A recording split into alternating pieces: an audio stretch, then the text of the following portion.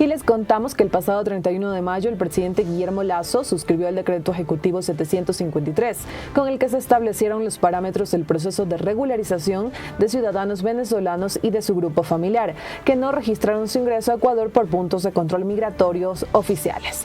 Entre las disposiciones generales del decreto, se señala que la amnistía migratoria evita la deportación de los ciudadanos venezolanos que no registraron su ingreso a través de puntos oficiales. La implementación de la regularización extraordinaria estará a cargo del Ministerio de Relaciones Exteriores y Movilidad Humana. Sobre este tema, el analista internacional Jacques Ramírez señaló que también se deberían crear políticas públicas de inclusión para los extranjeros en Ecuador. Habló además de los estereotipos negativos y estigmas que se han creado alrededor de la población migrante, sobre todo en los venezolanos. Vamos a escuchar este reporte de nuestra compañera Camila Villasís. Corape informa. Muchísimas gracias, Elvi. Nos hemos trasladado hasta otro punto de la capital ecuatoriana, específicamente en el centro de la ciudad de Quito, y en esta ocasión me encuentro con el analista internacional Jacques Ramírez, con quien vamos a dialogar sobre el decreto 753 firmado por el presidente Guillermo Lasso, en la cual se otorgó una amnistía migratoria a los ciudadanos venezolanos que no hayan registrado su paso por migración al ingresar al país. Lo que se busca con esta amnistía es que ellos, a través de llenar unos formularios, también de una entrevista en el consulado, también puedan acceder a 2 años de visado para poder quedarse aquí en el país. Para conocer un poco más sobre este decreto, damos paso a Jacques Ramírez, le damos la bienvenida a Corape, Medios Comunitarios. Jacques, cuéntenos un poco de cómo va a funcionar este decreto. Los ciudadanos venezolanos que no registraron su ingreso al país de forma regular, ¿qué es lo que ellos deben hacer? Tenemos entendido que son 180 días que ellos pueden quedarse aquí hasta que luego de eso se les pueda otorgar una cita para una entrevista y luego se puede otorgar esta visa de 2 años. Buenos días, gracias por la entrevista. Sí, efectivamente, esta es de la tercera fase de un proceso de amnistía migratoria que arrancó el 2022.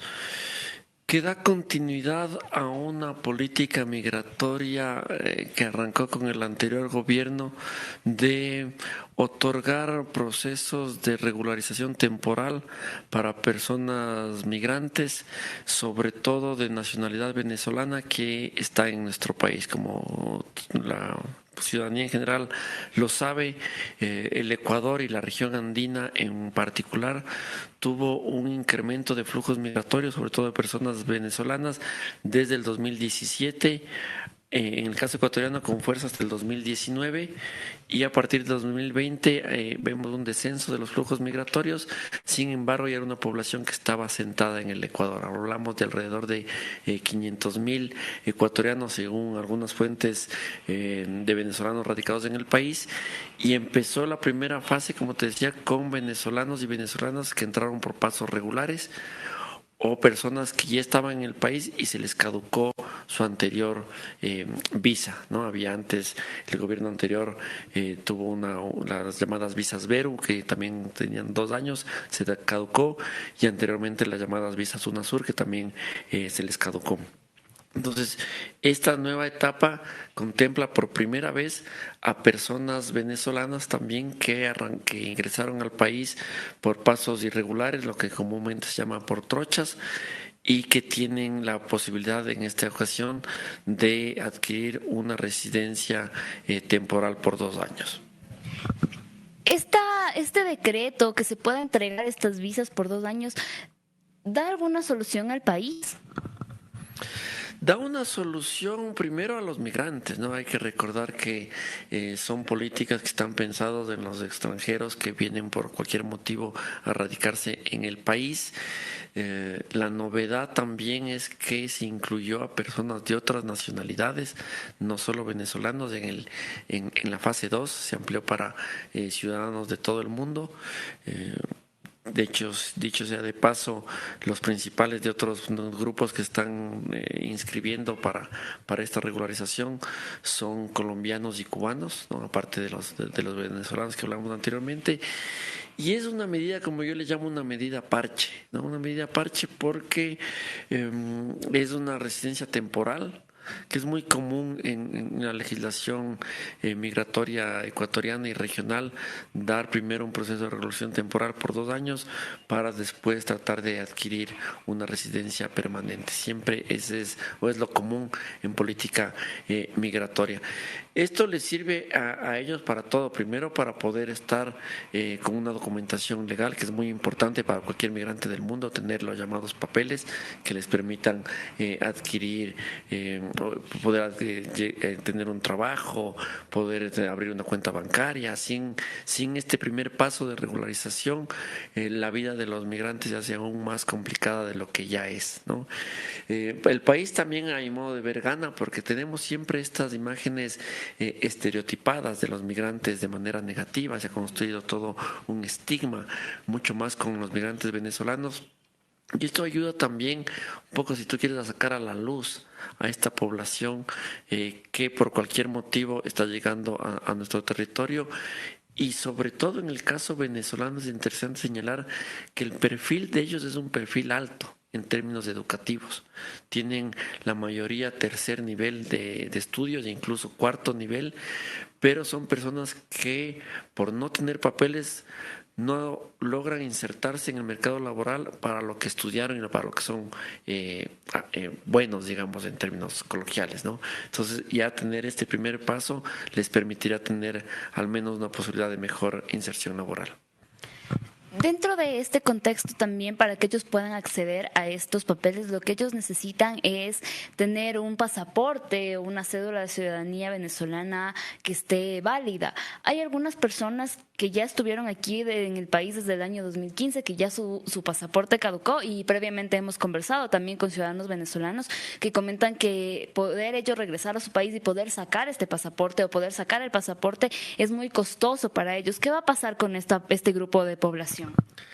A ver, acá lo interesante, revisando todos los datos que hasta la actualidad se han inscrito, y como bien señalabas en tu introducción, el mecanismo no es directo, ¿no? Y eso es también interesante señalar. No es como las famosas visas nómadas, por ejemplo, que el presidente anunció hace un año en su rendición de cuentas del primer año de gestión, donde vemos que inmediatamente el solicitante a las 24 horas ya adquiere la visa, esta llamada visa nómada, que por cierto son apenas 100 personas. En el caso de esta visa, de esta amnistía para venezolanos, sobre todo, el proceso arranca con un proceso de inscripción en línea, donde tienen que llenar un formulario, y una vez que tienen esta solicitud en línea, pasan a la segunda fase, que es la necesidad de llenar todos los documentos para adquirir la visa en sí. Lo que vemos es que hay un desfase muy fuerte entre aquellos que se inscribieron versus los que están sacando la visa, ¿no? Es alrededor del 30% de los que se han inscrito recién han logrado obtener la visa. Entonces hay un 70% de personas que no lo han logrado. La pregunta es ¿por qué no lo han logrado? Y esto se debe justamente a los filtros, a los dobles filtros que se ponen, a lo complicado que es para algunos llegar a buen puerto, y en esto también tiene que ver lo que tú señalas, el tema de sus documentos, aunque en su primer momento se permitía tener documentos caducados, sobre todo por la complejidad que implicaba tener nuevamente una pasaporte, una cédula vigente. Para que nuestra audiencia conozca, cuéntenos un poco más de cómo va a ser este proceso que se lleva a cabo. Ellos ya ingresaron al país de forma irregular, digámoslo de esa forma. ¿Cómo ellos obtienen también estos 180 días de permanencia en el país? Y también cuál es este proceso para que luego puedan obtener los 2 años de visado. Sí, exactamente. La fase, como te señalaba, arranca con una solicitud en línea, donde tienen que llenar un formulario largo, ¿no? de datos personales, y una vez que termina esta primera fase se les otorga este certificado de permanencia migratoria, ¿no? Este certificado de permanencia migratoria no es una visa en sí, simplemente es un documento que les permite pasar a la fase 2, que es la adquisición o ir en este caso ya la Cancillería, a buscar la visa, esta visa temporal, ¿no? Esta que les otorga por 2 años la posibilidad de estar en el país. Lo que vemos es que entre el certificado de permanencia migratoria y la obtención de la visa hay muchos filtros, ¿no? Muchos filtros. Por ejemplo, uno que consta en estos decretos es no ser una amenaza o riesgo para el país, ¿no? Eso es una cosa muy subjetiva. ¿Cómo se mide que una persona es una amenaza o riesgo para el país, ¿no? A veces sacan algún tipo de documento de si no tienen el pasado judicial, alguna mancha en su hoja. Otros países adquieren a través justamente de estas propias entrevistas, y ahí es donde empiezan los filtros para las personas migrantes. Pero como te decía al inicio, si bien es una puerta para la regularización y que puedan estar de manera legal, entre comillas, en el país, los problemas no solo recaen ahí, los problemas recaen en los estereotipos y los imaginarios que se han construido sobre esta población, que terminan en brotes de racismo, de xenofobia, de rechazo hacia los migrantes. Lo hemos vivido varios momentos o varios hechos de racismo y de xenofobia en los últimos años en el país. Es decir, que hay la posibilidad de que se niegue de esta forma, digámoslo, la visa para los ciudadanos venezolanos. ¿Y qué pasaría en caso de que se les niegue la visa? ¿Se los se los envía a Venezuela o qué es lo que pasaría? Esa es la preocupación cuando yo te señalo que del universo total de inscritos recién han entregado la visa a el 30%, y de estas personas que se han entregado la visa el 30%, prácticamente la mitad no son personas que estaban irregular en el país, sino son personas que se les había caducado ya un tipo de visa anterior, ¿no? Esto se confirma, por ejemplo, cuando leemos los datos de las cédulas de identidad otorgadas. El 45% de las cédulas otorgadas son a personas que ya residían en el país, ¿no? ¿Qué está pasando con esa población que no está adquiriendo la visa? Una hipótesis que también tenemos datos es que muchos están saliendo del país, ¿no? Como también sabes perfectamente, el Ecuador no vive sus mejores momentos, hay una crisis estructural y tanto extranjeros como ecuatorianos están saliendo del país. Los datos que manejo yo hasta mayo de este año, entre extranjeros y ecuatorianos, de alrededor de 500,000 personas han salido, 500,000 de personas han salido del país. Los datos de extranjeros en particular son negativos desde el 2020. Entonces sí vemos una desaceleración de los flujos migratorios porque el país ya no es atractivo, ¿no?